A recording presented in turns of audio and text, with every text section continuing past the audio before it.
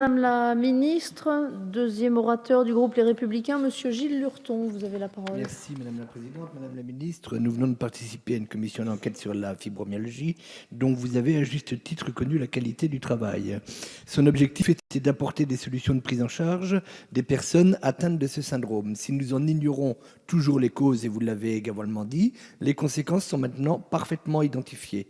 Nous connaissons aussi le nombre de patients fibromyalgiques. 2 millions de personnes seraient atteintes par cette pathologie. Toutes les catégories d'individus sont touchées. Les femmes très majoritairement, mais aussi les hommes, les plus jeunes également, avec parfois des enfants en bas âge. Ces patients sont en situation de détresse, une détresse affective et psychologique. L'absence de réponse à leurs questionnements sur leur maladie accentue leur solitude et leur dépression, une détresse professionnelle.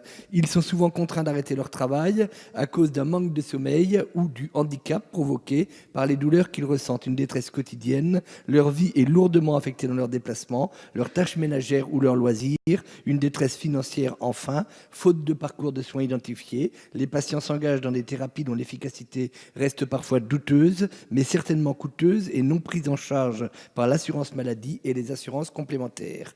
Et que dire des médecins qui eux aussi se trouvent trop souvent désorientés face à ces patients? Ils jouent un rôle fondamental dans l'accompagnement de la souffrance, mais sont la plupart du temps démunis de solutions. Ils y consacrent en tout cas beaucoup de temps et notre devoir est également de les aider. Alors Madame la Ministre, sur la base des conclusions du rapport de Madame Bulto et de Monsieur Carvalho, que comptez-vous mettre en place pour mieux accompagner ces patients et leurs médecins? Car l'attente est grande. Comment comptez-vous soutenir l'effort de recherche scientifique sur cette maladie et surtout, comment comptez-vous concrétiser la prise en charge de la douleur de ces patients sur la base des recommandations de la Haute Autorité de Santé? Envisagez-vous d'inclure cette maladie dans le régime des affections de longue durée?